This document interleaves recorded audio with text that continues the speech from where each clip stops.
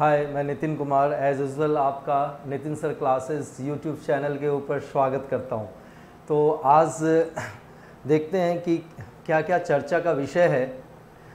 The Hindu के complete analysis की यदि बात की जाए तो सबसे पहले जो हम डिस्कस करने जा रहे हैं आज न्यू एजुकेशन पॉलिसी के बारे में। नई शिक्षा नीति जो कल घोषित की गई है मोदी जी की सरकार के द्वारा 2020। Trust setup to build the mosque in the Ayodhya, और अयोध्या के आसपास जो मॉस्क बनाने के लिए जो फैसला सुनाया गया था कि सुप्रीम कोर्ट के द्वारा बाबरी मस्जिद डिमोलिशन के मामले में उस पे जो एक ट्रस्ट गठित कर दी गई है कि जो मस्जिद है वो बनाई जाएगी। उसके बाद जो पहला एडिटोरियल है हम देखेंगे कि वो नेपाल में जो उथल पुथल चल रही है, राजनीतिक उथल पुथल चल रही है, उसके बारे में हम चर्चा करेंगे, विस्तार से चर्चा करेंगे। और उसके बाद जो नेक्स्ट हिस्सा होगा वो मलेशिया के अंदर जो फिर से राजनीतिक उथल पुथल है, करप्शन के चार्जेस में जो वहाँ पर प्रधानमंत्री को सज़ा दी गई है उसके बारे में चर्चा करेंगे। और टोसिलिजुमाब जो एक दवा है क्लियर, वो निमोनिया को ट्रीट करने में यानी कि उसमें निमोनिया को सुधार करने में मतलब विफल रही है, उसके बारे में भी चर्चा करेंगे। उसके बाद देखेंगे कि जो पशुधन है, खास करके जो गायों की बात करें उसमें जो एंटीबायोटिक का प्रयोग किया जा रहा है किसानों के द्वारा ताकि ज़्यादा से ज़्यादा दूध मिल सके, और उसके कारण से जो कुछ भी रोग हो रही है, और उसके बाद जो दूध में जो एंटीबायोटिक का अंश चला जा रहा है उसके बारे में centre for science and environment की एक रिपोर्ट आई है, उसके बारे में विस्तार से चर्चा करेंगे। और फिर इसके बाद देखें कि अगली जो चर्चा होगी वो जो सेंट्रल विस्टा है यानी कि राष्ट्रपति भवन और उसके आसपास जो नॉर्थ ब्लॉक, साउथ ब्लॉक, और फिर विजय चौक से लेके इंडिया गेट तक का पूरा जो रास्ता है उसको जिस ढंग से उसमें सौंदर्यीकरण किया जा रहा है, नवनिर्माण किया जा रहा है, उसके ऊपर जो रिट पिटीशन दी गई थी कि जो इसको इन्वायरमेंटल क्लियरेंस दिया गया, उस इन्वायरमेंटल क्लियरेंस के अगेंस्ट भी दिया गया। अब उसमें क्या कुछ हुआ वो भी डिस्कस करेंगे हम विस्तार से। फिर देखें कि AIIB के द्वारा ये कहा गया कि चाहे चीन के साथ भारत का जो कुछ भी सीमा विवाद रहा हो, लेकिन चीन में जो भी विवाद रहा हो, लेकिन उसके बावजूद भी जो AIIB जो प्रोजेक्ट भारत में फाइनेंस कर रही है उसको करती रहेगी, और इसके इकोनॉमिक व्यू के देखेंगे। और अंत में IMF ने कहा कि RBI जो वो क्या करे कि मॉनेटरी पॉलिसी के बारे में जो कुछ भी अभी तक कुछ इसमें सुधार की है और कुछ जो बदलाव किया है, जैसे repo rate, reverse repo rate, इन सबों में जो कमी गई है उसको जारी रखे। तो चलिए अब विस्तार से चर्चा करते हैं बारी बारी से एक एक करके।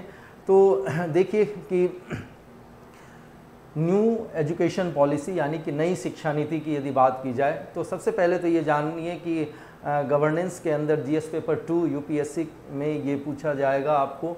अब देखिए कि कहा जा रहा है कि सबसे पहले ये जानिए कि इसमें किया गया कि 4 साल की अब अंडर ग्रेजुएट कोर्स होगी। कितने साल की? 4 साल की होगी, और बहुत जगह से एंट्री भी हो सकती है और हर एक लेवल पे एंट्री भी हो सकती है और एग्ज़िट भी हो सकती है। यानी कि कोई यदि दूसरे साल 4 साल के डिग्री कोर्स में दूसरे साल यदि चाहे कि वो बाहर निकले तो उसके हिसाब से वो बाहर निकल सकता है, और उसके हिसाब से उसको डिप्लोमा या डिग्री जो भी होता है वो दी जाएगी।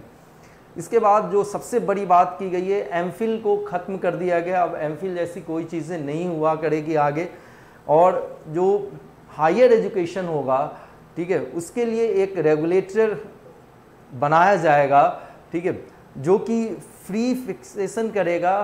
किसके लिए? फ़ी की फिक्सेशन करेगा। किसके लिए?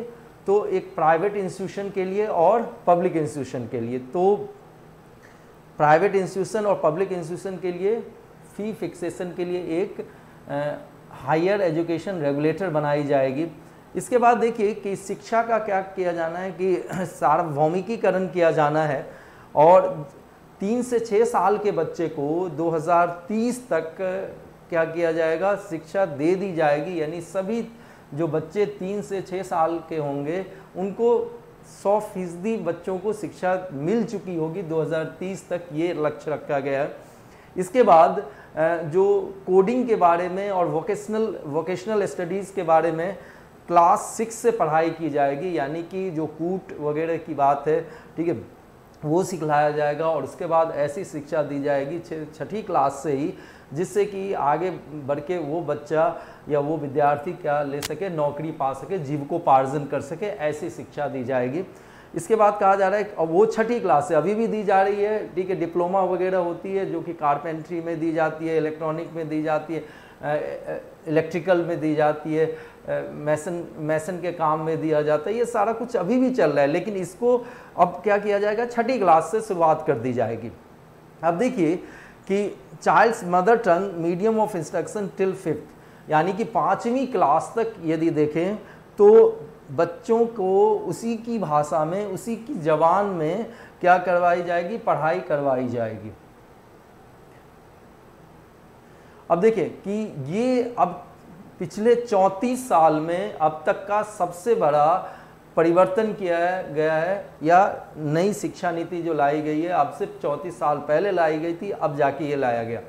अब जो पीटी के लाए क्वेश्चंस बन सकता है वो यहाँ से बन सकता है कि इसरो के चीफ, जो पूर्व इसरो के चीफ थे के कस्तूरीरंगन, उनकी अध्यक्षता में, ठीक है, एक कमेटी बनाई गई थी। उसने अपना मसौदा दिसंबर 2018 में सरकार को सौंप दिया गया था। उसके बाद सरकार ने इसको लोगों की राय के लिए, राय शुमारी के लिए रखा था, ठीक है।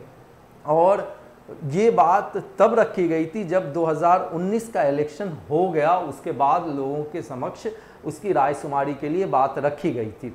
अब देखिए कि पहले क्या होता था कि मैंडेटरी टीचिंग होती थी, मतलब बाध्यकारी रूप से आपको पढ़ाया ही पढ़ाया जाएगा, ठीक है, क्या, Hindi to all school student, सारे के सारे जो स्कूल के छात्र होते थे विद्यालय के। और लेकिन ये प्रपोज था, पिछले साल काफ़ी हंगामा हुआ कि उसमें ये कहा गया था कि हिंदी को सभी को पढ़ाया जाएगा, सभी विद्यालयों में पढ़ाया जाएगा। और इसके बाद काफ़ी विवाद हो गया था अमित शाह जी जो हैं उनके बयान के बाद इस बारे में। तो अब उन्होंने बयान इसलिए दिया था कि जो राजभाषा मंत्रालय है, ठीक है, वो गृह मंत्रालय के तहत आता है, और गृह मंत्री के तौर पे उन्होंने क्या दिया था, बयान दिया था। और उसके बाद तमिलनाडु और केरल जैसे सरीखे राज्यों ने इसका पुरजोर विरोध किया था और काफ़ी कंट्रोवर्सी हो गई थी। तो सरकार ने इस आइडिया को ड्रॉप कर दिया, मतलब कि सभी विद्यालयों में हिंदी पढ़ाई जाएगी, वो बात अब नई शिक्षा नीति में नहीं रखी गई है। अब देखो कि अब क्या किया गया है कि फ्लेक्सिबिलिटी रख दी गई है, एक लचीलापन दिया गया है, ठीक है, कि no language will be imposed on any state, मतलब किसी भी राज्य पे कोई भी भाषा थोपी नहीं जाएगी। अब देखिए कि जो 3 भाषा की जो नीति चल रही थी वो अभी भी चलेगी, ठीक है। अब देखो कि choice of state and student, और लेकिन अब इसमें जो होगा, जो राज्य हैं वो तय करेंगे और जो विद्यार्थी हैं वो तय करेंगे कि उनको कौन सी 3 भाषा पढ़नी है। लेकिन एक बात इसमें तय है कि उन 3 भाषाओं में से 2 भाषाएं जो होगी वो भारत की होगी।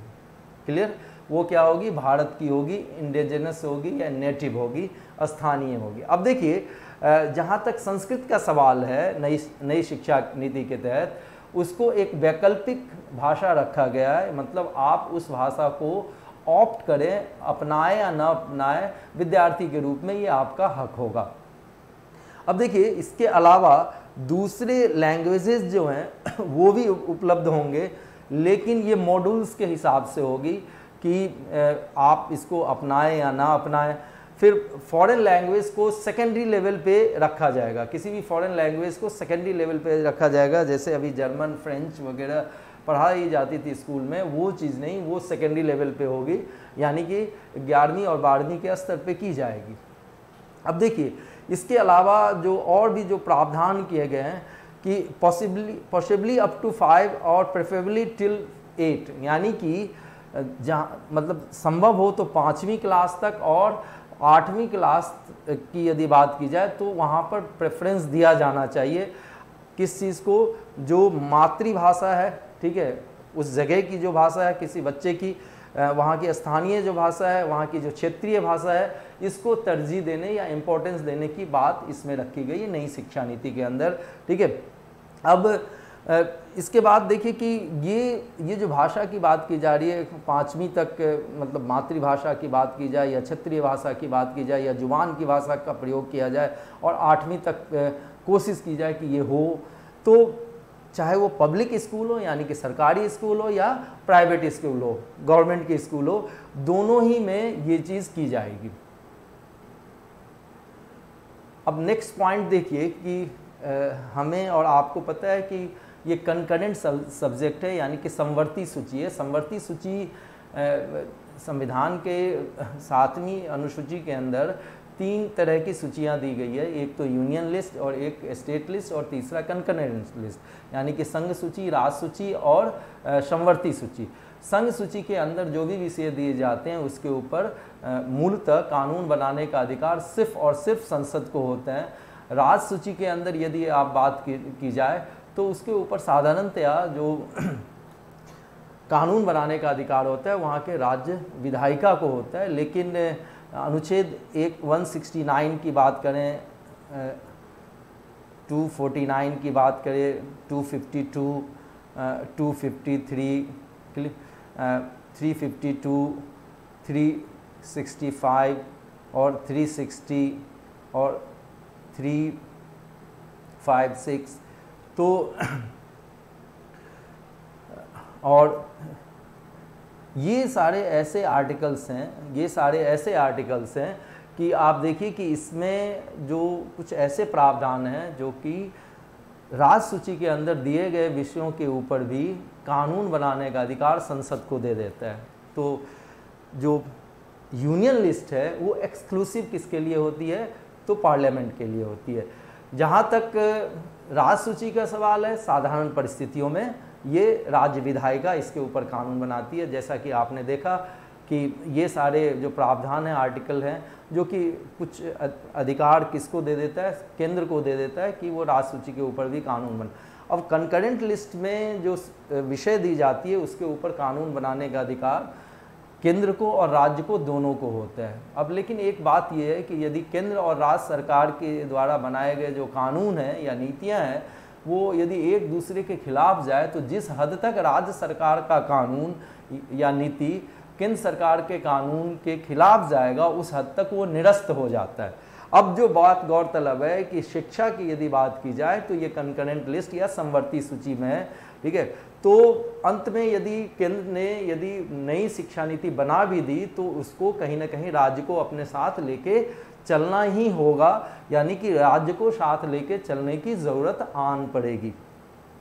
अब देखिए कि जो नया जो पाठ्यक्रम की जो संरचना होगी, ठीक है, उसमें प्री स्कूल भी होगा। प्री स्कूल कहने का ये मतलब है कि जो बच्चे उसमें जाते हैं, क्रेच वगैरह में जाते हैं, उसकी बात की जा रही है। इसके अलावा आंगनवाड़ी जो के द्वारा के माध्यम से जो कुछ भी शिक्षा दी जाती है वो भी इसमें शामिल होगा। मतलब ऑल इंक्लूसिव है, चाहे बिल्कुल जन्म के थोड़े दिन के बाद 2.5-3 साल के बाद, ठीक है, बच्चों को प्रिपरेटरी स्कूल में भेजा जाता है या आंगनवाड़ी में भेजा जाए या फिर 6ठी क्लास की बात करें या 8वीं 10वीं या 12वीं या फिर ग्रेजुएट पोस्ट ग्रेजुएट की बात करें, तो इन सब जगहों पे ये सारी नीति जो होगी इससे संबंधित है। अब देखिए national mission on the foundational literacy और न्यूमरेसी, यानी कि एक राष्ट्रीय मिशन बनाई जाएगी जो कि मूलभूत क्या देगी, शिक्षा देगी और जो संख्या गणित से संबंधित होगी और ये सुनिश्चित करेगा कि बच्चों को जो बिल्कुल मूलभूत जो कौशल है, ठीक है, खास करके गणित के बारे में या भाषा के बारे में, वो ज़रूर से इनके पास हो। Clear, at class 3 levels by 2025, यानी कि 2025 तक ये तीसरी क्लास तक के बच्चों के लिए जो संख्या गणित है और प्लस भाषा जो है उसके ऊपर उनकी पकड़ हो। ये नहीं कि सिर्फ और सिर्फ शिक्षित कह दिया जाए लेकिन वो गणित को भी मैनेज ना कर पाए। अभी कुछ दिन पहले एक रिपोर्ट आई थी कि 8वीं क्लास के बच्चे दूसरी तीसरी क्लास के बच्चों का मैथ्स को सॉल्व नहीं कर पाते, तो ऐसी स्थिति ना आए इसके लिए 2025 का टारगेट रख दिया गया है। अब देखिए कि छठी क्लास से, जैसा कि आपने पहले भी देखा कि वोकेशनल और कोडिंग के माध्यम से भी शिक्षा दी जाएगी। अब देखो इसके अलावा इंडियन नॉलेज, भारत के बारे में जो कुछ भी ज्ञान है जिसमें कि ट्राइबल जनजातीय, ठीक है, इन सबों को इनकॉर्पोरेट किया जाएगा, शामिल किया जाएगा। अब देखिए फिर कहा जा रहा है कि public spending on education raised bye 6% of the GDP. अब जो शिक्षा पे जो खर्च है वो जीडीपी के 6% तक कर दिया गया है। और इससे बड़ी बात, जो सबसे बड़ी बात आपको अब तक ध्यान रखना है कि जो ह्यूमन रिसोर्स डेवलपमेंट मिनिस्ट्री या मानव संसाधन मंत्रालय की बात की जाए, उसका नाम बदल के मिनिस्ट्री ऑफ एजुकेशन या शिक्षा मंत्रालय कर दिया गया। अब देखो कि एक इसके अलावा तकनीकी इकाई बनाई जाएगी जो कि डिजिटल एजुकेशन को, यानी कि जो इंटरनेट के माध्यम से या कंप्यूटर के माध्यम से जो शिक्षा दी जाती है उसके बारे में संसाधन को क्या करेगा, विकसित करेगा। Mission to ensure literacy and numeracy skill by 2025, ये तो बता ही दिया मैंने। अब बोर्ड एग्ज़ाम जो है उसको आसान भी किया जाएगा और उसको फिर से रीस्ट्रक्चर किया जाएगा, रीडिज़ाइन किया जाएगा, मतलब उसकी संरचना में परिवर्तन की जाएगी, ये प्रपोज्ड है। और उच्च शिक्षा की यदि बात की जाए तो एक नया अम्ब्रेला रेगुलेटर होगा, मतलब बहुत सारे जो नियामक करता है उसकी जगह एक नियामक करता होंगे, ठीक है, जो कि हायर एजुकेशन को देखेगा, उसको रेगुलेट करेगा। सिवाय उस नियामककर्ता के अंदर मेडिकल से संबंधित जो शिक्षा है या जो विधि से संबंधित शिक्षा है वो नहीं रहेगी। अब देखिए कि 1 से 2 साल का पोस्ट ग्रेजुएट प्रोग्राम चलाया जाएगा। अब कॉलेज का जो एफिलिएशन सिस्टम है, आपने देखा होगा कि प्राइवेट कॉलेज खोल दिया गया और उसको संबद्धता मिल जाती किसी यूनिवर्सिटी से, ये सिस्टम खत्म कर दी जाएगी अगले 15 साल के अंदर। अगले 15 साल के अंदर ये सिस्टम की फलां यूनिवर्सिटी, फलां कॉलेज फलां यूनिवर्सिटी से एफिलिएटेड है, ये चीज़ें खत्म हो जाएगी।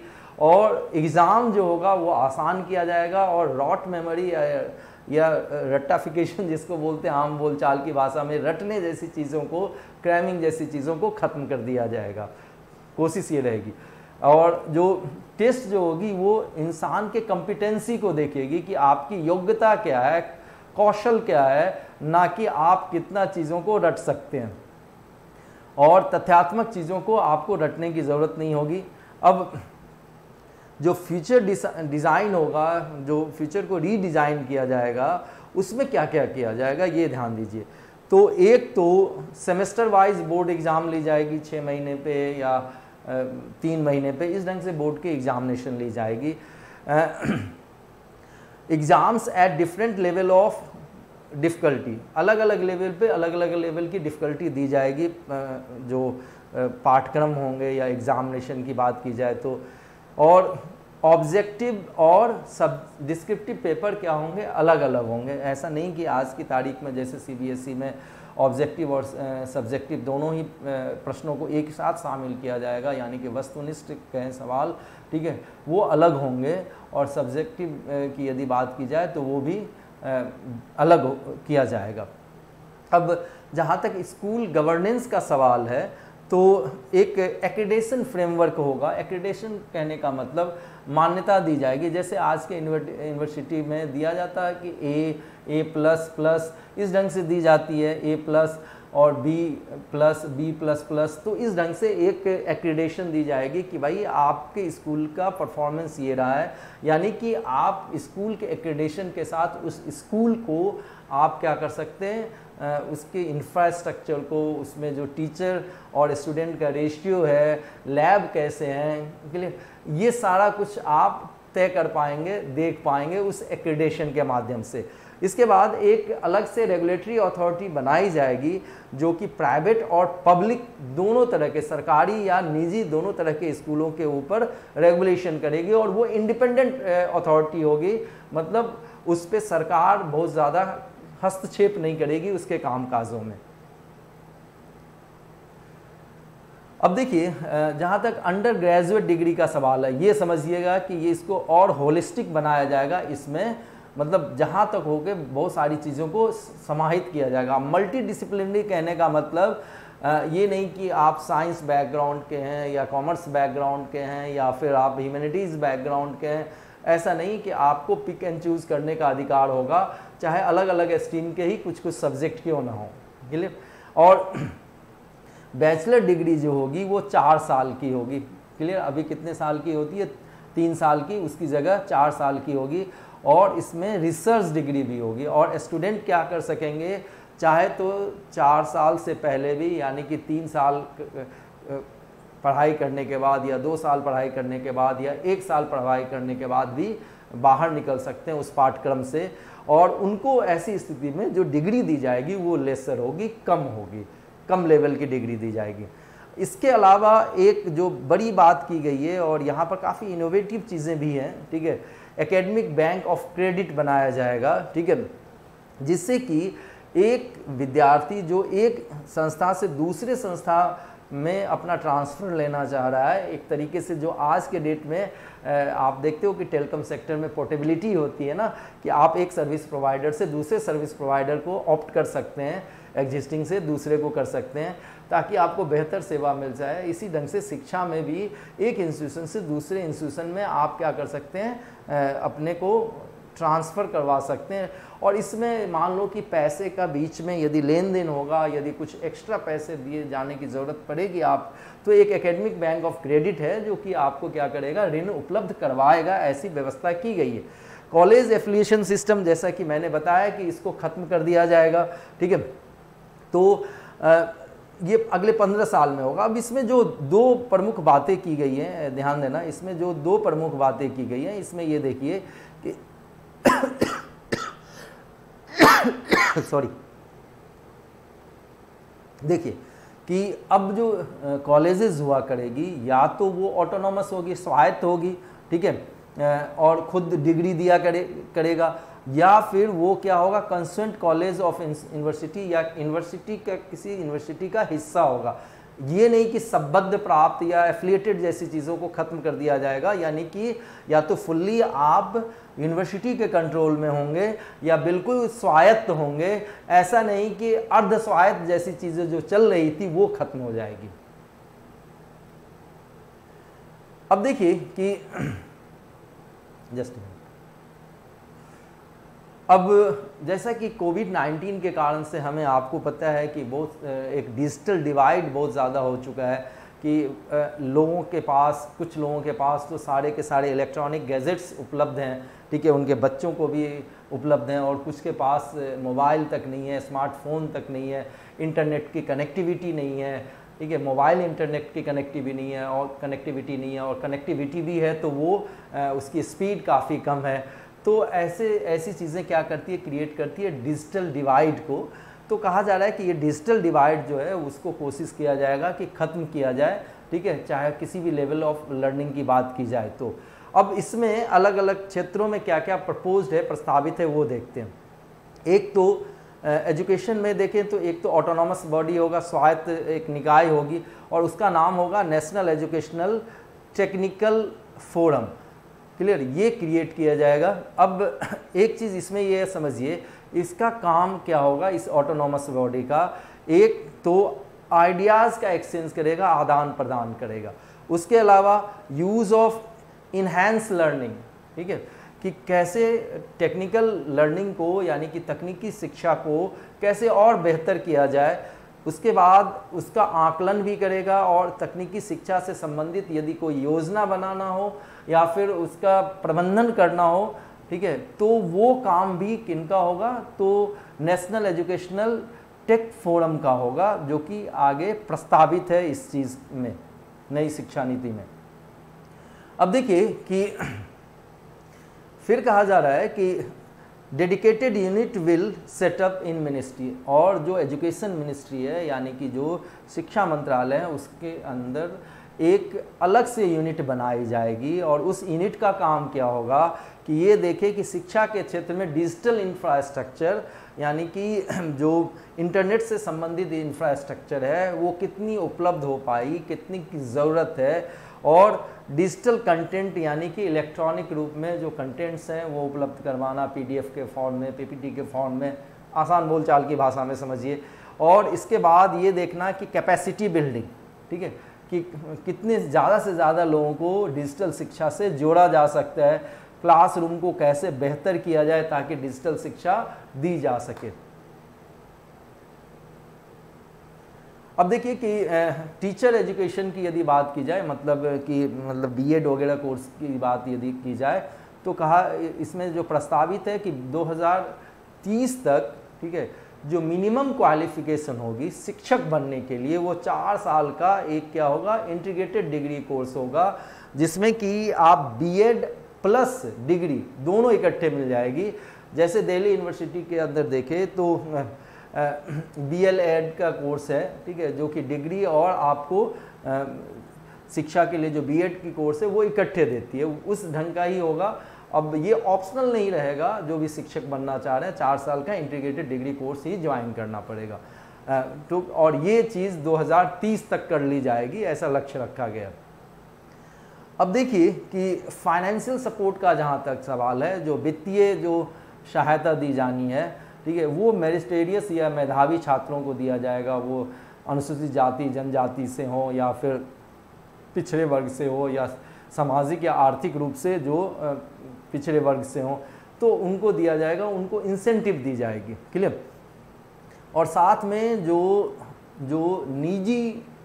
निजी जो संस्थाएं हैं उन संस्थाओं को एनकरेज किया जाएगा, प्रोत्साहित किया जाएगा कि वो स्कॉलरशिप जैसी चीज़ें मेधावी छात्रों को उपलब्ध करवाएं।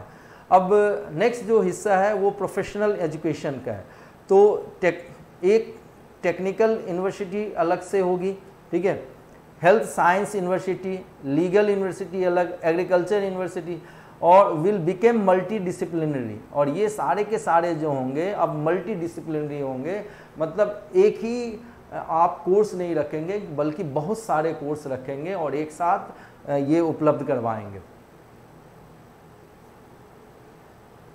अब देखिए कि नेक्स्ट जो पॉइंट है, aims to double the gross enrolment ratio in higher education. इसमें ये भी बात की गई कि जो दाखिले का जो प्रतिशत है, ठीक है, वो बढ़ाया जाए और बढ़ा के दोगुना कर दिया जाए, ठीक है। 2018 की यदि बात की जाए वो कितना था, 26.3%, क्लियर। अब कितना किया जाएगा, 50%, कब, 2035 तक। और इसके साथ ही क्या होगा, अतिरिक्त 3.5 करोड़ नई सीटें उपलब्ध हो पाएगी। अब जो सबसे बड़ी बात है, और ये आपको बिल्कुल याद रखना है कि अभी मौजूदा समय में शिक्षा पे जो सरकारें हैं वो जीडीपी का 4.43% खर्च करती है, जो बढ़ा के टारगेट रखा गया है कि 6% तक कर दिया जाएगा। इसके अलावा जैसे EEZ होता है, ठीक है, SEZ होता है, स्पेशल इकोनॉमिक जोन, उसी ढंग से अतिरिक्त जो जिला हैं, ठीक है, जहाँ पर बहुत सारे छात्रों का जमावड़ा होता है, ठीक है, और ख़ास करके यदि वहाँ पर आर्थिक रूप से, सामाजिक रूप से या जातिगत रूप से कोई बाधाएं हों, तो भाई उनको एक तरीके की सुविधा उपलब्ध करवाई जाएगी और इसके लिए स्पेशल इकोनॉमिक जोन बनाया जाएगा, ठीक है, यानी कि मतलब विशेष शिक्षा से संबंधित क्षेत्र गठित किया जाएगा और उसके बाद ये दी जाएगी, उपलब्ध करवाई जाएगी। अब देखो जेंडर इंक्लूजन फंड बनाया जाएगा। देखिए कि समझिए कि गर्ल चाइल्ड की बात की जाए या ट्रांसजेंडर की बात की जाए, तो इनको शिक्षा मिल सके, इसके लिए जेंडर इंक्लूजन फंड बनाया जाएगा, जिससे कि इनको भी क्या किया जा सके, मुख्य धारा में शामिल किया जा सके, गर्ल्स हों या ट्रांसजेंडर हों। अब देखें कि अवेलेबल टू स्टेट टू, अब राज्यों को ये उपलब्ध तो होगा, ये फंड उपलब्ध होगा जेंडर इंक्लूजन फंड की यदि बात की जाए, लेकिन इसकी जो प्रायोरिटाइजेशन या प्राथमिकीकरण की यदि बात की जाए तो वो केंद्र सरकार करेगी, क्योंकि ये फंड उपलब्ध कौन करवा रहा है, तो केंद्र सरकार। ठीक है, अब देखो इसमें जो शर्तें रखी जाएगी राज्यों के लिए कि देखो आपको फंड तब मिल पाएगा जब आप पर्याप्त साफ सफाई का या शौचालय की सुविधा उपलब्ध करवाएं। इस जो बालिका के जो विद्यालय हैं या ट्रांसजेंडर के जो विद्यालय हैं उनके लिए उनको दो पहिया यानी साइकिल दिलाएं, और साथ में कुछ जो है शर्तों के साथ कैश ट्रांसफ़र भी की जाएगी। ठीक है, जेंडर इंक्लूजन फंड के तहत किसको, राज्यों को, और राज्य आगे क्या करेंगे, अपने शिक्षा मंत्रालय के द्वारा जो बालिका हैं, जो विद्यार्थी हैं, उनको उपलब्ध करवाएंगे ये फंड।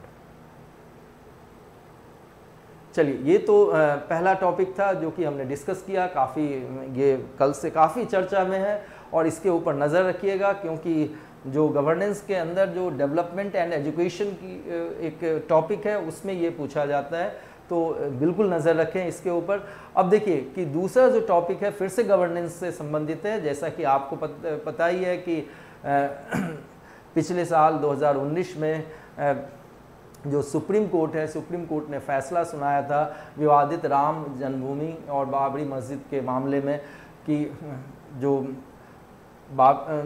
राम मंदिर है वो वहीं अयोध्या में बनेगी और 25 किलोमीटर के दायरे में कहीं भी 5 एकड़ की ज़मीन किसको दी जाए, न्यास को दी जाए, ताकि वो मस्जिद बना सके।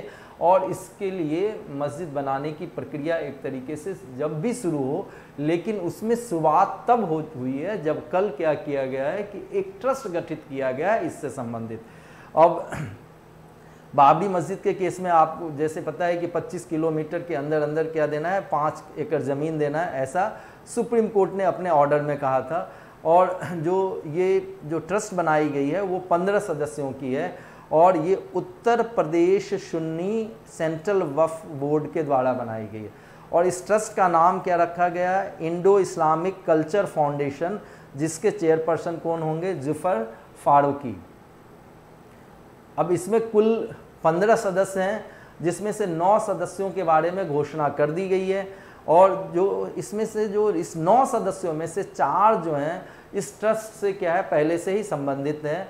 ठीक है, अब इसके सीईओ फाउंडर ट्रस्टी में से होंगे, ये जो 15 में से कोई एक होगा, और फारूकी जो हैं वो क्या होंगे, चीफ ट्रस्टी या प्रेसिडेंट होंगे। अब देखो उत्तर प्रदेश सेंट्रल वक्फ बोर्ड की यदि बात की जाए तो उन्होंने 5 एकड़ की जो ज़मीन दी गई है, ध्यान रखना कहाँ पर, धन्नीपुर गांव में, जो कि सोहावल तहसील में है, अयोध्या डिस्ट्रिक्ट के अंदर। ठीक है, पहले फैज़ाबाद था, अब इसका नाम बदल के अयोध्या जिला कर दिया गया है ना। अब देखिए कि ट्रस्ट क्या करेगा, काम क्या होगा ट्रस्ट का। सबसे पहले देखें कि central showcasing Indo Islamic culture, ठीक है, भारतीय इस्लामिक संस्कृति को दिखलाने के लिए एक केंद्र स्थापित करेगा, पहली बात।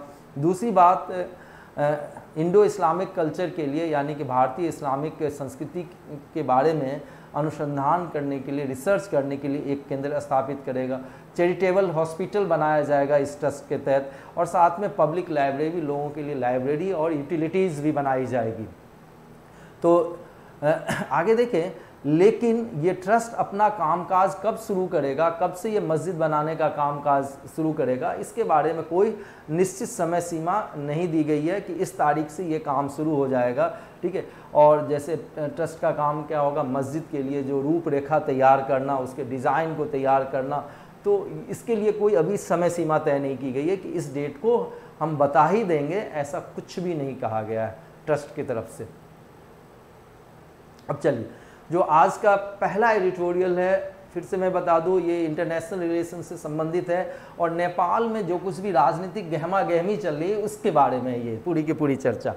तो देखिए, जैसा कि आपको पता है कि हाल फिलहाल के दिनों में, ठीक है, केपी ओली जो प्रधानमंत्री है नेपाल के, काफ़ी चर्चा में रहे हैं। ठीक है, और ये प्रधानमंत्री बने रहें या प्रधानमंत्री पद उनको छोड़ना पड़े, दोनों ही स्थिति में भारत को तो उनसे मतलब बातचीत करनी ही पड़ेगी। मतलब ऐसा नहीं कि आप उनको दरकिनार करके नेपाल के साथ अपने संबंधों को बेहतर कर पाएंगे, ऐसा कुछ भी नहीं है।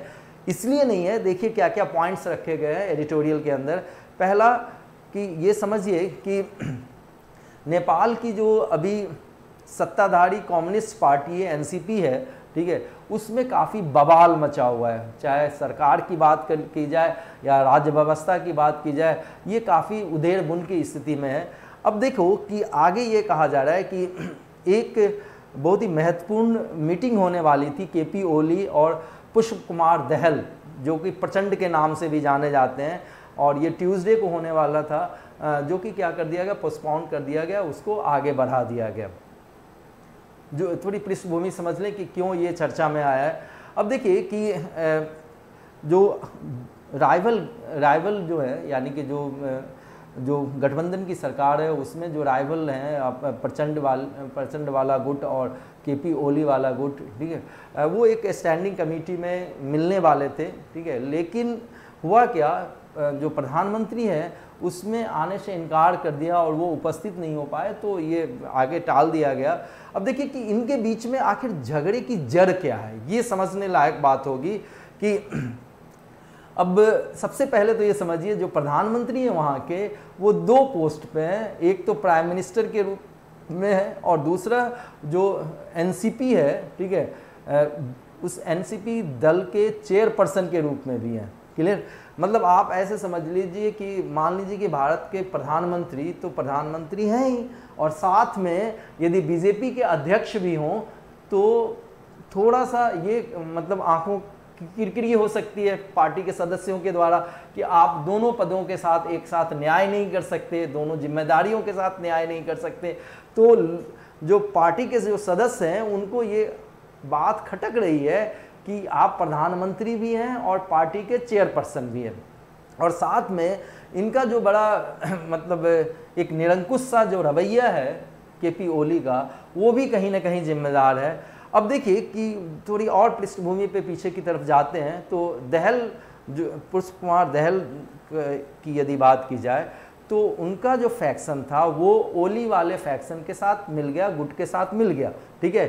और ओली की यदि बात करी जाए तो यूनाइटेड मार्क्सिस्ट लेनिनिस्ट यूएमएल के साथ मिल गए, और 2018 में इनको दोनों को मिला के यदि बात की जाए तो काफ़ी प्रचंड बहुमत मिली, ठीक है। और अब दहल को, अब उसमें उस समय हुआ क्या था कि ये चाह क्या रहे थे कि बारी बारी से आप भी प्रधानमंत्री रहें और फिर मैं भी प्रधानमंत्री रहूं। अब दहल साहब क्या है कि प्रधानमंत्री बनने के ताक में है, ठीक है। तो ये दो तीन चीज़ें, ये मुद्दा आ रहा है। इससे पहले क्या है कि ओली की यदि बात की जाए तो वो थोड़े से गुस्से में है दहल के साथ, इसलिए भी है कि जो पहले से ही वो गुस्सा उनका बरकरार है। ये अलग बात है कि राजनीतिक कारणों से 2018 में मिलके उन्होंने चुनाव लड़ा, ठीक है। तो 2016 की बात है, दहल ने मिस्टर ओली की जो उस समय की गठबंधन की सरकार थी उससे क्या हो गए, अपना समर्थन वापस ले लिया, ठीक है, क्योंकि उनका ये कहना था कि ओली साहब जो हैं वो मुकर गए हैं, ठीक है, पावर शेयरिंग के बारे में, जो सत्ता है सत्ता को साझा करने में, तो उन्होंने वापस ले लिया था और उसके कारण से ओली साहब की सरकार गिर गई थी। अब देखिए कि और इसके अलावा एक मुद्दा जो काफ़ी मुखर रहा है और जिसके कारण से ओली को विरोध का सामना भी करना पड़ रहा है, वो भारत के साथ सीधे क्या कर रहे हैं, टक्कर ले रहे हैं। अब इसमें हुआ क्या है इस बीच में, ये समझिए कि सबसे पहले जो काला पानी और लेपू लेक की बात की जाए तो उसके आसपास का जो विवादित जगह है जिस पे डिस्प्यूट है, क्लियर, वैसे तो भारत अपने मैप में रखी हुई है और कंट्रोल में भी रखा हुआ था, ठीक है, लेकिन वो फिर से विवाद में आ गया और वो बात तब पहुंच गई जब इससे संबंधित जो एक विवादित नक्शे को संविधान संशोधन के द्वारा क्या कर दिया गया, पारित कर दिया गया, ठीक है। इसके बाद भारत के खिलाफ इन्होंने बड़े अनाप शनाप भाषा का प्रयोग किया, ठीक है। उसके बाद देखिए कि वो ये आरोप भी लगा रहे हैं साथ में कि भारत का जो राजदूत है नेपाल के अंदर, वो क्या कर रहा है कि कहीं ना कहीं मतलब एक गुट को दूसरे गुट से लड़ा रहा है। और साथ में जो सबसे विवादित बयान दिया था और इसके कारण से इनकी किरकिरी भी हुई है, इवन कि नेपाल तक में भी किरकिरी हुई है, कि मिस्टर ओली ने ये कहा कि अयोध्या जो कि प्रभु श्री राम का जन्मभूमि है वो भारत में नहीं, अयोध्या में नहीं, बल्कि नेपाल में है। अब देखिए कि अब इसके कारण से काफ़ी विवाद हुआ और ये सारे पृष्ठभूमि के कारण से पार्टी के अंदर और प्रेस के अंदर कि एक बात और भी हो रही है कि चीन के जो राजनयिक हैं, ठीक है, वो दोनों पार्टी के अंदर क्या चाह रहे हैं, एक तरीके से मतलब मिलाना चाह रहे हैं, ठीक है। तो इसके बाद ये ओली साहब ने ये कहा, ठीक है, कि वो एनसीपी को से स्प्लिट हो जाएंगे, अलग हो जाएंगे और उनका जो पुराना यूएमएल है उसमें फिर से उसको रिवाइव कर देंगे। लेकिन भारत के लिए, भारत के जो विदेश नीति बनाने वाले लोग हैं उनके लिए क्या ज़रूरी है वो समझिए कि साउथ ब्लॉक में रिजवाइस, क्लियर, हो सकता है कि साउथ ब्लॉक के लोग थोड़ा सा ये परेशानी में ओली साहब तो खुश हो जाएं, लेकिन उनके ट्रबल में खुश होने की ज़रूरत नहीं है, क्लियर। और ये हमें पता ही है कि वो अपने ढीठ व्यवहार के लिए जाने जाते हैं। अब देखिए कि इंडिया और भारत और नेपाल का संबंध है वो अपने सबसे निचले स्तर पे पहुंच चुका है। अब देखो ऐसा इसलिए भी हुआ है कि भाई दोनों देशों के विदेश सचिव की जो पूर्व निर्धारित जो मीटिंग होनी थी वो मीटिंग हुई नहीं है। अब देखो महाशय मोदी जी की जो सरकार है, ठीक है, वो लेकिन इसके बावजूद भी थोड़ा सा नासमझी जैसा कुछ भी न करे, एक मैच्योर्ड और परिपक्व रूप में अपना रुख ले, ठीक है, और जो वहाँ की जो राजनीतिक संकट है ना उस संकट में सकारात्मक भूमिका निभाए, ठीक है।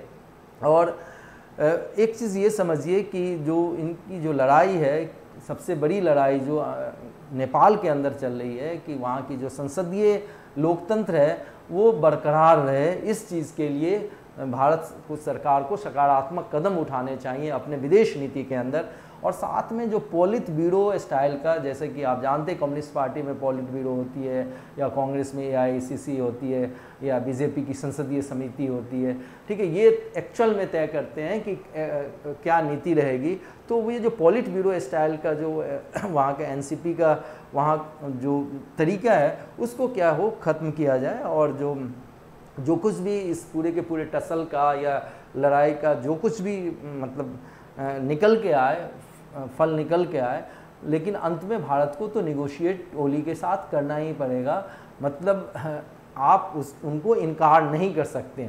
अब देखिए ये इसलिए भी कहा जा रहा है कि जो रूलिंग पार्टी के अंदर देखें तो अभी भी उनका दबदबा है, बहुत ज़्यादा सांसद उनके पक्ष में हैं और नेपाल में जो उनकी लोकप्रियता है वो भी अब बरकरार है और ख़ास करके एंटी इंडिया स्टैंड लेने के कारण से तो और जो कट्टरपंथी सोच के लोग हैं वो उनके पक्ष में चले गए।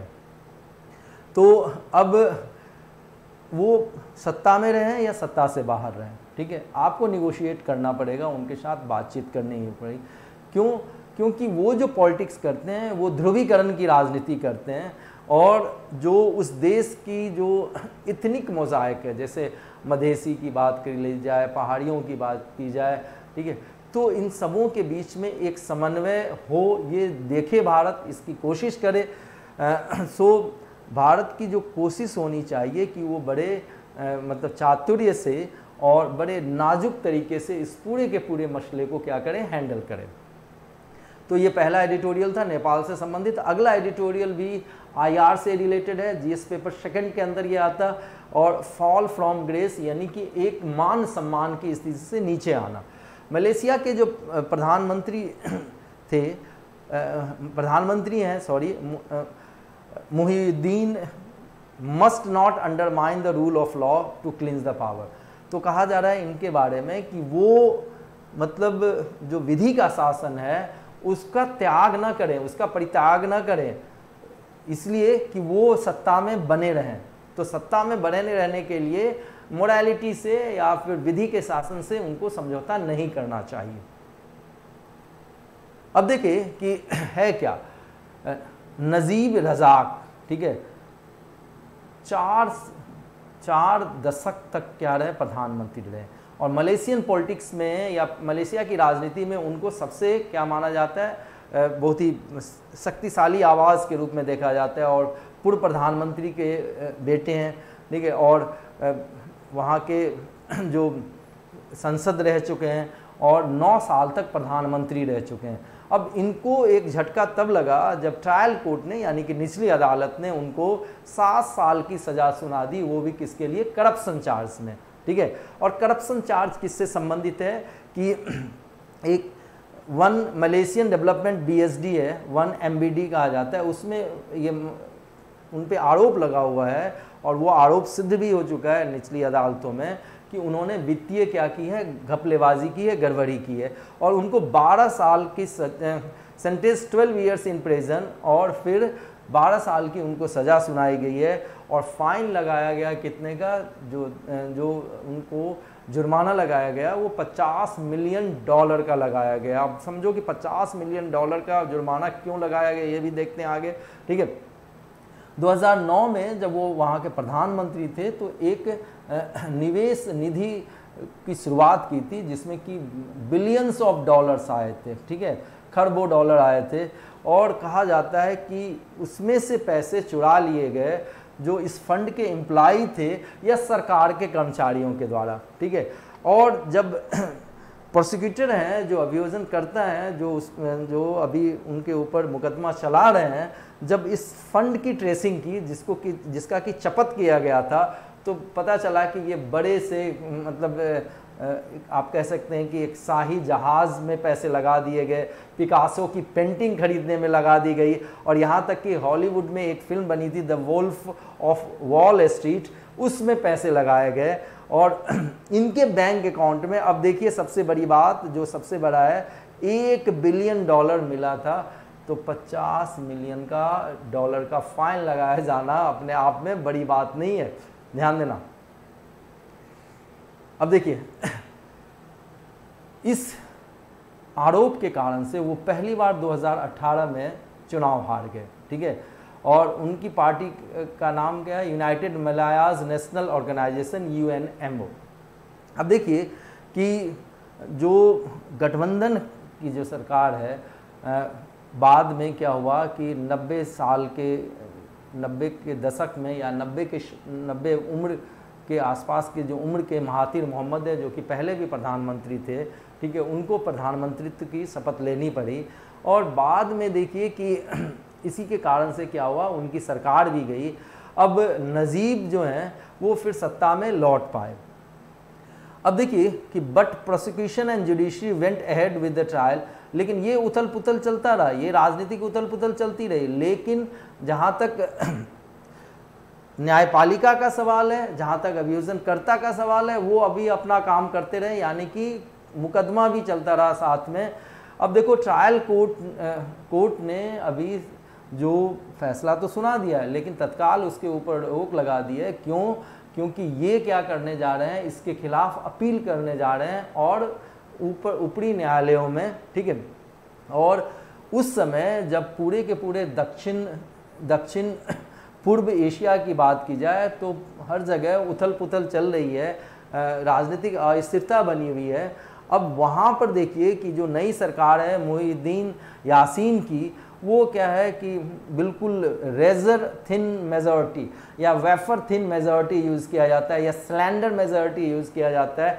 तो समझिए कि बहुत ही कम बहुमत के साथ सत्ता में बने हुए हैं।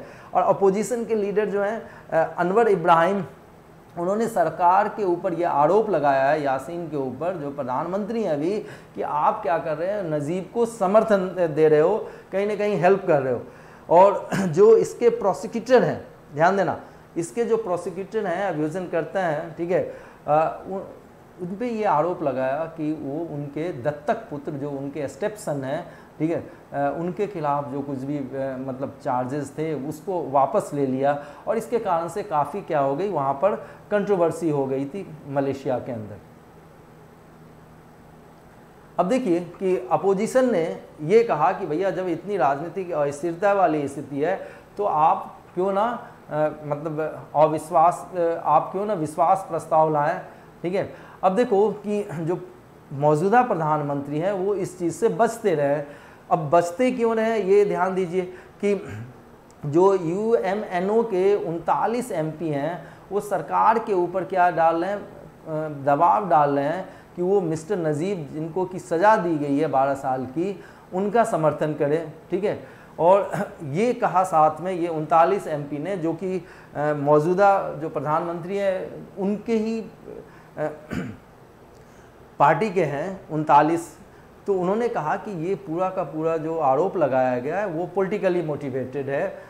और जहाँ तक मिस्टर मुहिद्दीन की यदि बात की जाए, यदि वो नजीब को छोड़ते हैं तो सत्ता से बाहर जा सकते हैं। ठीक है, और उनके और नजीब के ऊपर यदि देखिए तो और भी दूसरे चार्जेज हैं, सिर्फ ये चार्जेस ही नहीं है।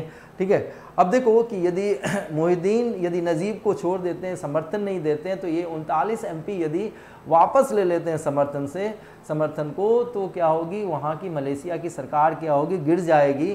ठीक है, और साथ में ये भी कहा जा रहा है कि मुहिद्दीन जो है वो क्या कर रहे हैं, वो जो पूरी की पूरी जांच चल रही है और जो मुकदमा चल रहा है उसमें कहीं ना कहीं हस्तक्षेप कर रहे हैं।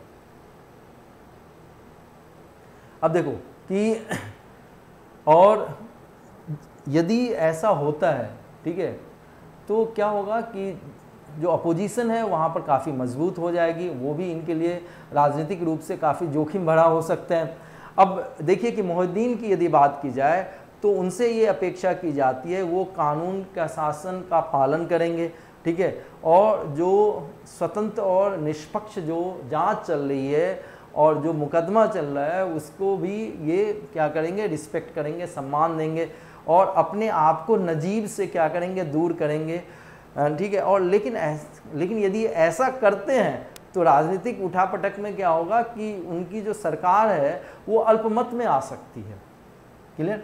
तो ये दो एडिटोरियल थे। इसके अलावा देखो जो अगला टॉपिक है, ठीक है, टोलिसीजुमाब एक दवा है, ठीक है, वो निमोनिया को ट्रीट करने में फेल कर गई है। ठीक है, अब देखिए कि ये है क्या, ICMR ने, Indian council of medical research ने, ठीक है, इस दवा को कोविड-19 पेशेंट के ऊपर, ठीक है, कोरोना वायरस से जो ग्रसित संक्रमित जो मरीज हैं उसके ऊपर जो आपात की स्थिति में प्रयोग करने की इजाज़त दी थी कुछ दिन पहले। और ये बाद में ये पाया गया कि ये इससे जो संबंधित निमोनिया है उसको कम कर पाने में ये दवा मतलब विफल रही है। अब देखो कि वैसे तो ये पहले भी स्पष्ट नहीं था, कोई प्रूफ नहीं थी, और लेकिन पूरी दुनिया में इसके ऊपर मारामारी चल रही थी इसका प्रयोग करने के लिए, जैसा कि पहले HCQ के मामले में भी हुआ था, आपको पता ही होगा। क्लियर? अब देखो कि originally developed for the rheumatic एंथराइटिस, और एथराइटिस के लिए इसका प्रयोग शुरुआत में किया जा रहा था। और तो ये रीपर्पस मेडिसिन है, समझिए, पहले किसी और काम के लिए मेडिसिन था, अब इसका प्रयोग यदि कोविड-19 के संक्रमित पेशेंट के लिए भी किया जा रहा है तो इसको रीपर्पस मेडिसिन कहते हैं। क्लियर? तो शुरुआत में यूनाइटेड स्टेट के फूड एंड ड्रग एडमिनिस्ट्रेशन ने इसको इजाज़त दे दी थी और ये कहा था कि ह्यूमन ट्रायल की यदि बात की जाए, फेज़ 3 रेंडमाइज ट्रायल की गई है, उसमें इसको क्या पाया गया है, असरकारक पाया गया है। लेकिन बाद में पता चला कि ये उतना असरकारक नहीं है, और इसके साथ ही डबल ब्लाइंडेड कंट्रोल ट्रायल भी किया गया था।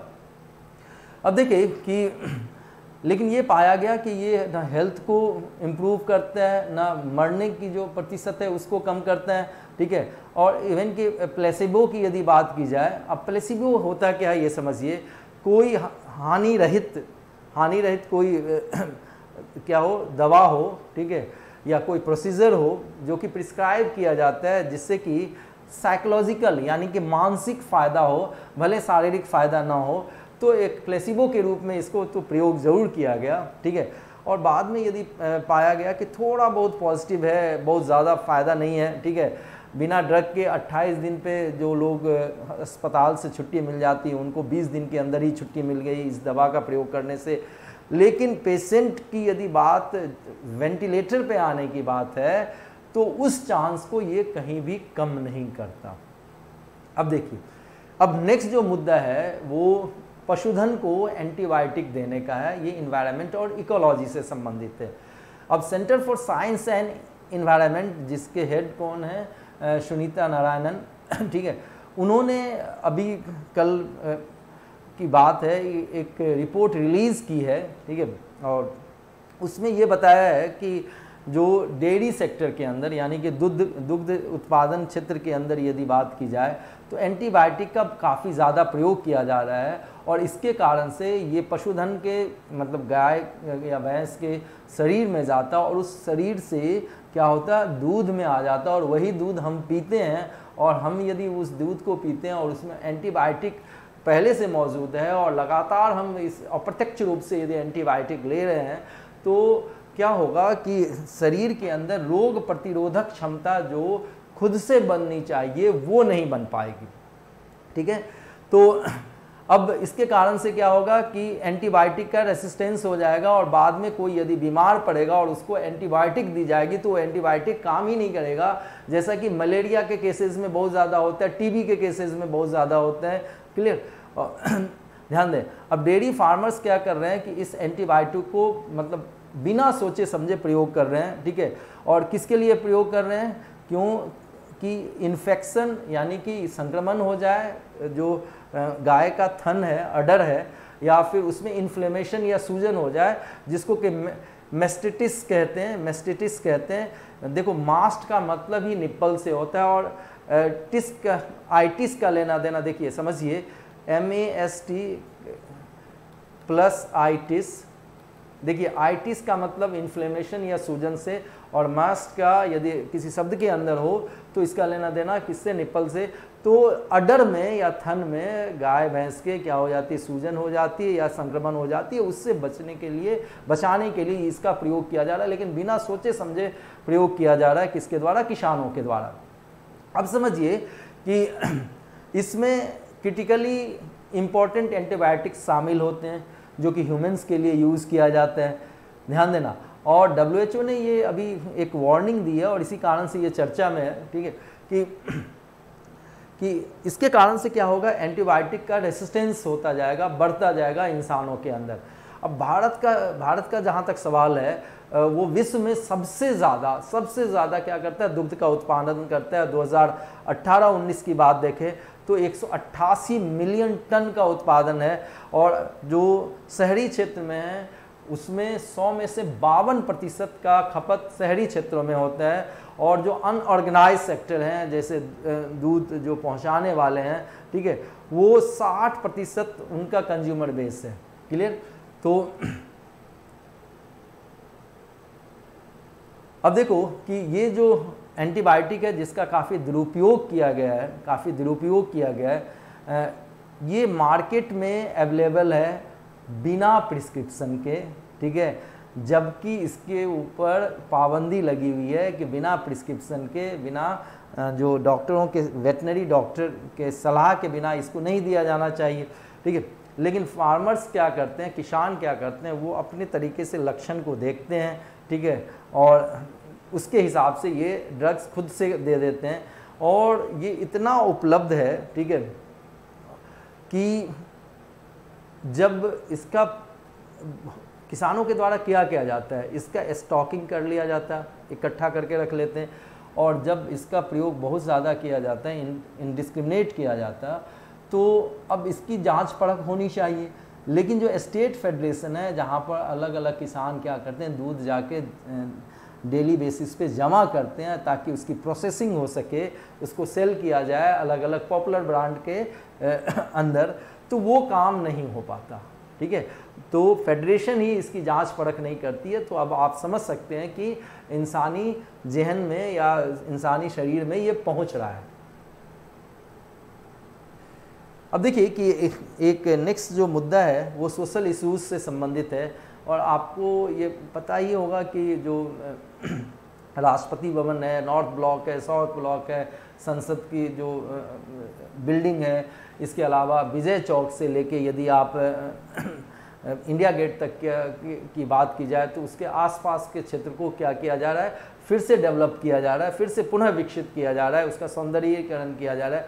अब देखिए कि अब कोरोना काल के समय में ये आरोप लगाया जा रहा है सरकार के ऊपर कि इतने जो करोड़ों का जो प्रोजेक्ट है जिसको इन्वायरमेंटल क्लियरेंस तो दी गई, लेकिन इन्वायरमेंटल क्लियरेंस देने वक्त जो उस कमेटी में जो लोगों को होना चाहिए वो लोग उपलब्ध नहीं थे, उसके बावजूद भी दिया गया, तो ये गलत है। और इसके खिलाफ कुछ जो इन्वायरमेंटल जो एक्टिविस्ट हैं, पर्यावरणविद हैं, ठीक है, कार्यकर्ता हैं, वो कहाँ पहुँच गए, या नगर सौंदर्यीकरण से संबंधित जो जाने मानी हस्तियाँ हैं वो सरकार के खिलाफ कहाँ पहुँच जाती है, सुप्रीम कोर्ट में, और कहा है कि भाई जून 17 को जो आपने इन्वायरमेंटल क्लियरेंस दिया था, ठीक है, जो पर्यावरण से संबंधित आपने एनओसी दी थी, वो गलत है। अब देखिए कि इसके अंदर है क्या। सेंट्रल विस्टा प्रोजेक्ट की यदि बात की जाए तो ध्यान देने लायक बात है कि इसमें तो एक अभी गोलाकार सा हमारा संसद भवन है, उसको क्या तिकोना संसद भवन बनाया जाएगा जिसमें कि 900 से 1200 सांसद बैठ सकते हैं, ठीक है, और ये 2000 कंप्लीटेड बाय अगस्त 2020 क्लियर, और 2020 क्लियर, तो जिससे कि 75वां जो इंडिपेंडेंस डे है वो कर लिया जाए, ठीक है। तो अब देखिए इसमें राष्ट्रपति भवन और उसके आसपास का जो पूरा का पूरा, देखो ये बोलवार्ड किसे कहते हैं ये समझिए, ये विजय चौक है,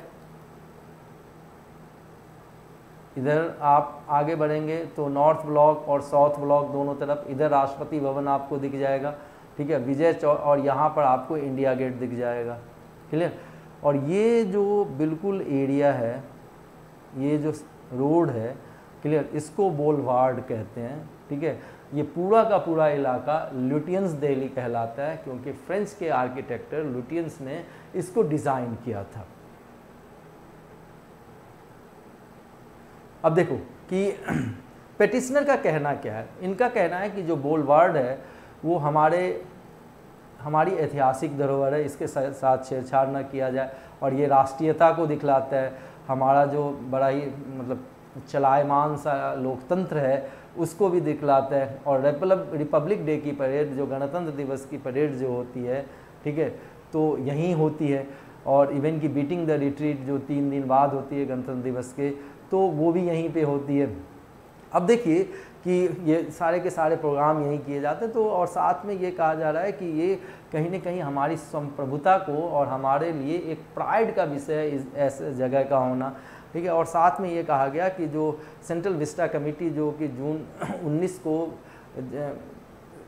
17 को बैठक हुई थी और 19 को इसको चैलेंज किया गया था, ठीक है, उसमें ये कहा गया कि ये जो एनओसी दी गई है उसको क्या कर दिया जाए, क्वैश कर दिया जाए। अब देखिए नेक्स्ट जो है एशियन इंफ्रास्ट्रक्चर इन्वेस्टमेंट बैंक से संबंधित है, और ये हमारा जीएस पेपर 3 के अंदर इकोनॉमिक्स के अंदर आएगा, क्लियर। अब देखिए थोड़ी सी बात आप जान लें किसके बारे में, तो एशियन इंफ्रास्ट्रक्चर इन्वेस्टमेंट बैंक के बारे में, और फिर हम समझते हैं कि ये क्यों चर्चा में आया है। अब देखिए कि इसमें कहा जा रहा है कि AIIB की यदि बात की जाए तो इसमें 57 क्या थे फाउंडिंग मेंबर्स थे, 57 अभी भी हैं, और 2016 में इसकी स्थापना की गई, ठीक है। और इनका ये कहना है कि देखो भारत और चीन के बीच में चाहे जो भी सीमा विवाद रहे, AIIB क्या रहेगी, अपॉलिटिकल रहेगी, गैर राजनीतिक रहेगी, और उससे इसके कामकाज में कोई फ़र्क नहीं है पड़ने वाला है, ठीक है। अब जहाँ तक भारत का सवाल है, चीन के बाद जो संस्थापक सदस्य तो है ही, सबसे ज़्यादा इसमें जो पैसे लगाने वाला है AIIB में वो चीन है, उसके बाद दूसरे नंबर पे कौन है, भारत है, और चीन ने 20.06% इसमें पैसे लगाए हैं, तो भारत ने 7.62%, और अभी तक $4.35 बिलियन की सहायता भारत को मिल चुकी है यहाँ से AIIB से। AIIB की यदि बात की जाए तो अब तक ये 19.6 बिलियन का 87 प्रोजेक्ट और 24 कंट्री में क्या कर चुका है, अप्रूव कर चुका है। अब जो नए इसके जो प्रेसिडेंट बने हैं वो री इलेक्ट हुए हैं और 5 साल के लिए इनका कार्यकाल होता है और दूसरी बार ये चुन के आए हैं, और वो कौन है? जिन ली क्विन, ठीक है। अब देखो इन्होंने चुने जाने के बाद क्या किया, प्रेस कॉन्फ्रेंस किया, उसमें ये बताया कि भारत को जो लोन दिया जाना है वो एज यूजुअल दिया जाएगा, प्रोजेक्ट जो भी दिए जाने हैं सहायता, वो वित्तीय सहायता मिलती रहेगी, ठीक है। और खास करके यदि देखें कि जो कमज़ोर तबके के लोग हैं उनको, जो कोविड-19 से ज़्यादा प्रभावित हुए हैं, उनको समर्थन दिया जाएगा। अब देखो कि ये समझिए कि जून 17 की बात है, जो गालवान में क्लैश हुई थी उसके 2 दिन बाद भी, ठीक है, ये अप्रूवल की गई है। तो ऐसा नहीं कि इनका ये कहना है कि बावजूद इसके कि सीमा विवाद चल रहा है, ठीक है, तनातनी या झड़प बढ़ गई है, लड़ाई जैसे, युद्ध जैसे हालात हैं, उसके बावजूद भी ये AIIB क्या रहेगा? निष्पक्ष रहेगा। अब देखिए कि जो अंतिम मुद्दा है आज का वो समझने की कोशिश करते हैं। ये इंटरनेशनल रिलेशंस और इकोनॉमिक्स दोनों के अंदर काम आ सकता है। तो RBI को कहा गया है IMF के द्वारा कि आप जो मॉनेटरी पॉलिसी है उसमें जो आप एक तरीके से ढील दे रहे हो वो जारी रखिए। मॉनेटरी पॉलिसी में मूलतः किया जाता है कि बैंक रेट, CRR, SLR, ठीक है, repo rate, reverse repo rate, इन सबों को या तो बढ़ाया जाता है या घटाया जाता है, ताकि मार्केट के अंदर जो लिक्विडिटी है, जो हार्ड कैश है, वो कितना उपलब्ध है वो सुनिश्चित किया जा सके। और इसके कारण से क्या होता है कि आगे महंगाई को कंट्रोल किया जाता है, ठीक है, इकोनॉमिक एक्टिविटी को बढ़ावा दिया जाता है। यदि लोगों के हाथ में ज़्यादा पैसे आएंगे तो वो ज़्यादा खर्च करेंगे, और ज़्यादा यदि खर्च करेंगे तो वो या तो कंज्यूमर गुड्स पे करेंगे या लग्जरी गुड्स पे करेंगे। जिस भी गुड्स पे करें उसकी डिमांड बढ़ेगी, उसकी डिमांड बढ़ेगी तो उसका उत्पादन बढ़ेगा, उसका उत्पादन बढ़ेगा तो उसके लिए जो लैंड, लेबर, कैपिटल है, ठीक है, या एंटरप्रेन्योर या उद्यमी है, ठीक है, उनकी तरफ क्या जाएगा? संसाधन जाएगा। और संसाधन जब जाएगा तो फिर वो फिर से आगे खर्च करेंगे, क्योंकि उनकी परचेजिंग कैपेसिटी बढ़ जाती है। तो एक पूरा का पूरा चक्र चल पड़ता है इसके कारण से। तो अब समझें इसमें है क्या, ये चर्चा में क्यों है। RBI ने ये कहा कि भाई आप क्या करो, RBI को IMF ने कहा कि आप कंटिन्यू करते रहें जो कुछ भी आपने कोविड-19 के समय में जो मॉनेटरी पॉलिसी के अंदर आपने जो रेपो रेट या रिवर्स रेपो रेट में जो कमी लाई है उसको थोड़ा जारी रखिए। और इसलिए ऐसा कहा कि कोविड-19 के कारण से क्या है, हालात जो हैं बड़े बदतर होते जा रहे हैं, बढ़ते ही जा रहे हैं, ठीक है। और इकोनॉमी से जो ग्रो करने का सवाल है, रिकवर करने का सवाल है, अभी देखो जो 15th फाइनेंस कमीशन के जो हेड हैं, चेयरमैन हैं, NK सिंह ने ये कहा कि वी शेप्ड क्या होगा, ग्रोथ होगा, यानी कि बिल्कुल गिरावट आएगी और उसके बाद फिर तेज़ी से क्या होगी, रिकवरी होगी, क्लियर। और उसके बाद फिर क्या चीज़ें हो सकती है, स्थिर हो सकती है। तो अब देखो कि रेपो रेट जो है 115 बेसिस पॉइंट से BPS से घटा दिया गया, रिवर्स रेपो रेट 145 पॉइंट से।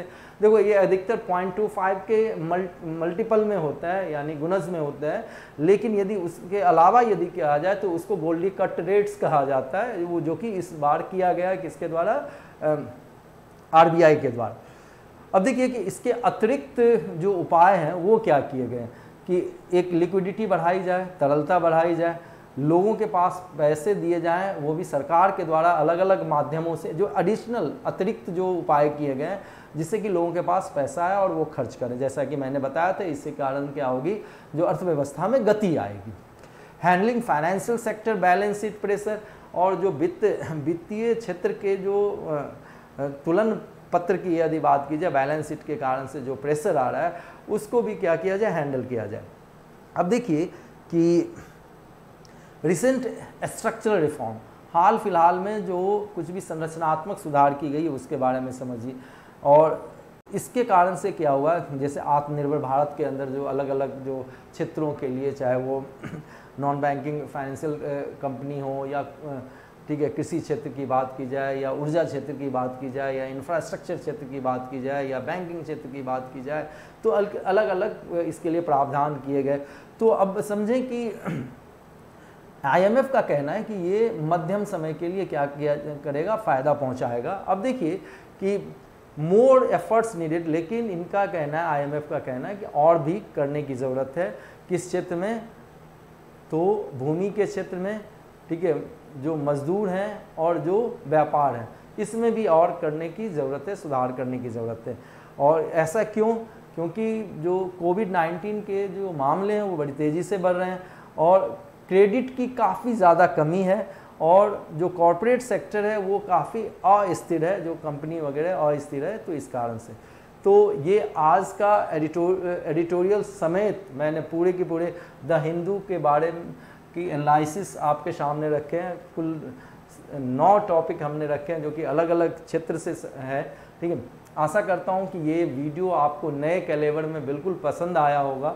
तो आप ज़रूर से अपना कमेंट दें, क्लियर, कि ये पसंद आया, क्या आपको क्या लगता है, ठीक है। और कोशिश करें कि ज़्यादा से ज़्यादा विद्यार्थियों तक इसको पहुंचाएं, शिक्षक गणों तक पहुंचाएं। और यदि मेरा वीडियो आपको पसंद आता हो तो इसको सब्सक्राइब करें, ठीक है, इस चैनल को सब्सक्राइब करें, ठीक है, अपने सहपाठियों के साथ और सहयोगियों के साथ इसे शेयर करें, लाइक करें और अपना कमेंट देना ना भूलें। और सबसे बड़ी बात, कोविड-19 के समय में ज़्यादा से ज़्यादा प्रोटेक्शन लें, मास्क पहने, सैनिटाइज़र का प्रयोग करें, जब तक मजबूरी ना हो घर से बाहर ना निकलें। आप लोगों का बहुत बहुत धन्यवाद इस पूरी की पूरी एनालिसिस के दौरान बने रहने के लिए। अपना कमेंट ज़रूर से दीजिएगा। Take care, God bless all of you.